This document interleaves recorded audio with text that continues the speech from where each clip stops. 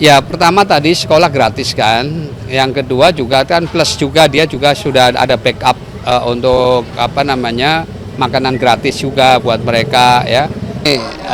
Saya dengar kata memang ini ada bakso Malang yang cukup terkenal di sini ya, bakso Malang Cak Sukumis.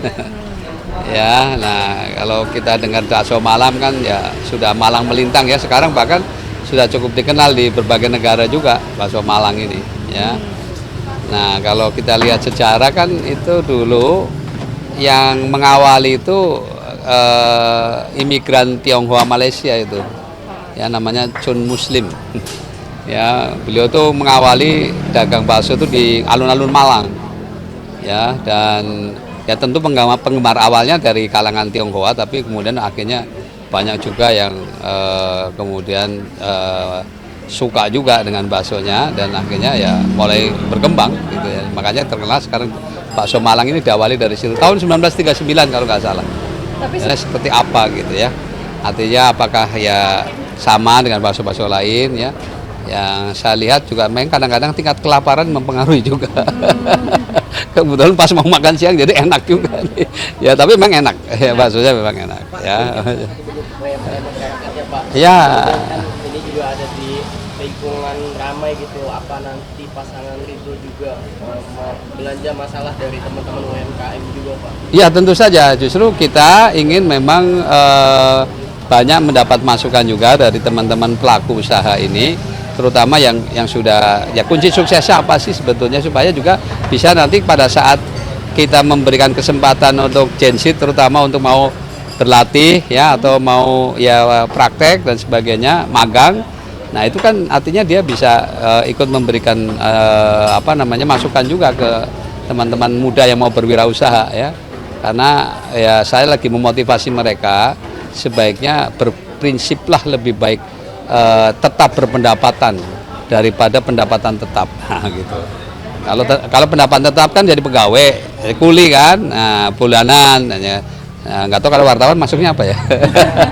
Pak, berarti makan di bakso ini seperti memberikan contoh kepada Gen Z untuk membangun UMKM di Jakarta? Iya, ya saya kira ini jadi justru artinya ada yang penting utamanya adalah kemauan dan mau berlatih ya. Jadi intinya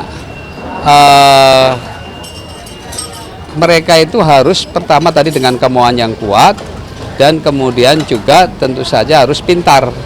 Nah untuk pintar kan kata Pak CT harus cerdas ya, harus cerdas dulu. Jadi untuk bisa survive harus cerdas. Nah untuk cerdas harus pintar. Pintar apa? Di antaranya pintar apa namanya istilahnya mengambil ada peluang, pintar memanfaatkan peluang, pintar menciptakan peluang. Nah, seperti itulah ya. Jadi seorang Indonesia nggak boleh nyerah gitu ya. Dan saya yakin ini pasti Cak Kumis ini pasti juga mengawalinya pasti berkali-kali, mungkin juga ada kegagalan-kegagalan yang dia lalui, tetapi jangan menyerah dengan kegagalan itu. Ya seperti Jack Ma ya. Jack Ma itu sukses karena belajar dari kegagalan orang.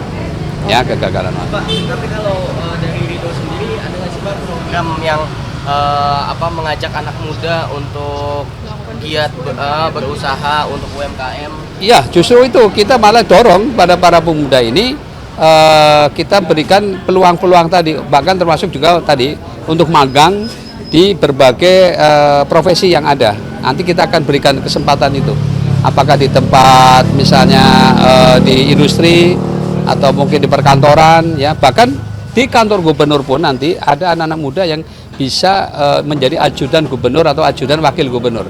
Jadi bersama saya nanti sepekan lah bersama saya, dia ikut kemana saya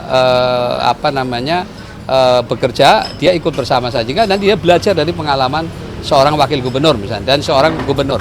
Ini sudah kita akan berikan kesempatan itu untuk anak muda. Dan tentu co-working space itu tadi juga akan kita berikan perbanyak ya, supaya mereka juga bisa berlatih dimanapun sesuai dengan minatnya ya. Karena bagaimanapun juga kita berharap anak-anak muda ini kalau bisa menjadi entrepreneur gitu. Karena janganlah orientasi ke menjadi pekerja. Nah ini dalam kesempatan ini justru ini saya akan traktir ini traktir warga Jakarta dengan 8 program ya. Pertama saya akan traktir namanya bakwan. Apa tuh bakwan? Nah, bakwan itu bangun kota rawat lingkungan. Nah, itu singkatannya bakwan. Ya, kenapa bangun kota rawat lingkungan? Ya, karena memang kita akan membenahi perumahan kumuh kan. Ya, sekaligus juga bagaimana menciptakan memperbanyak ruang terbuka hijau. Ya, itu satu ya. Ingat-ingat bakwan ya. Ya, jadi apa tadi? Bangun kota rawat lingkungan. Nah, yang kedua kue putu. Kue putu tahu kue putu? Ya. Jadi kemanapun irit hemat waktu dan hemat waktu. Kemanapun irit dan hemat waktu. Ya, tentu memperbaiki persoalan transportasi. Ya, yaitu yang akan kita benahi.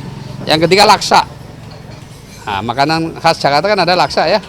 Nah, laksa itu artinya pelatihan siap kerja. Itu diantaranya anak muda nanti. Ya, pelatihan-pelatihan itu. Ya, yang keempat petis. Tahu petis? Nah, petis itu pendidikan baik dasar maupun menengah gratis. Petis, pendidikan gratis. Ya, yang kelima asinan. Nah, agenda solusi hujan aman.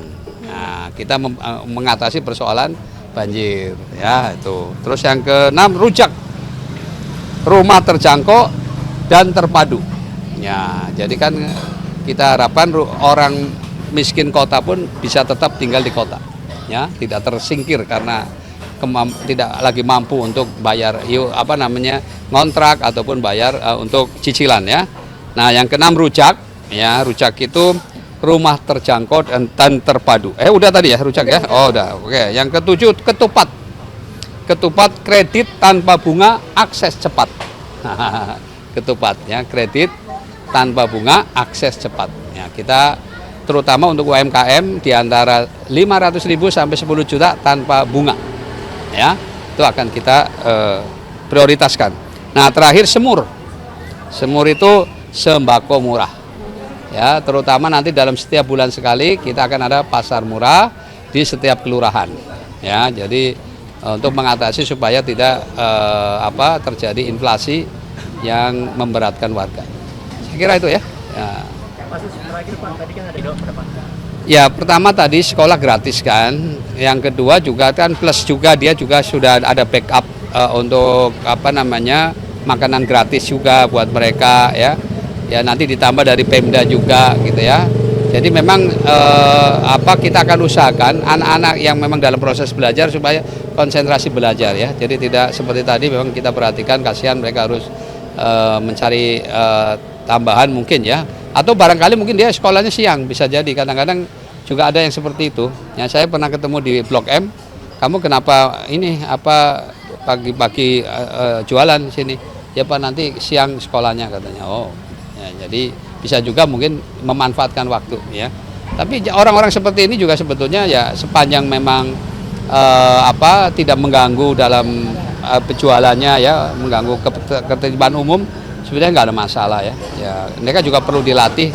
Ya, saya juga dulu waktu kecil juga sering jualan juga, disuruh kakek saya karena dulu ikut kakek ya, jadi sering bawa makanan keliling ya, dulu pernah juga merasakan itu.